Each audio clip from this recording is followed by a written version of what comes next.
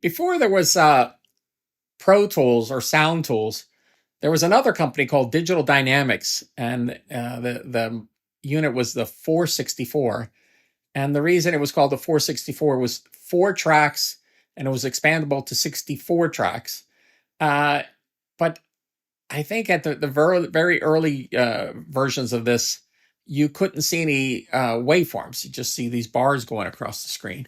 They eventually got waveforms going on in there, but it was a 4-track system, was $30,000 from them. And I think we sold one to WMMR, the radio station in Philadelphia, and they did a bunch of the production in there. But that's a lot of people were saying, well, how did Pro Tools get as popular as it was? Well, if that's your competition, Digital Dynamics, and it was just coming up and coming, $30,000 for 4 tracks, and for $5,000 you can get a 4-track Pro Tools system that was expandable to 16 tracks.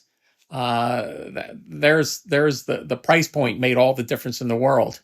So that was a interesting system. I mean, it was big too. It was like, I think, 5 or 6 rack spaces. It was pretty hefty system.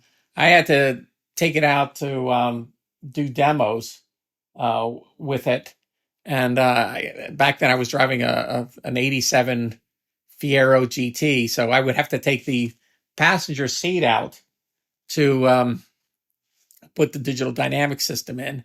And I remember I had to do a demo down in Richmond, Virginia. So I drove all the way down there there was a place called In Your Ear.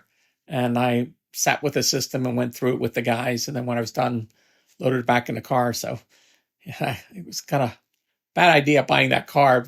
Cool looking car, drove great, but not a lot of room to put stuff in there. But I just wanted to point this out. There was systems out there before Pro Tools that would do what Pro Tools would do, not as elegantly as the Pro Tools system would eventually become, but they were very pricey.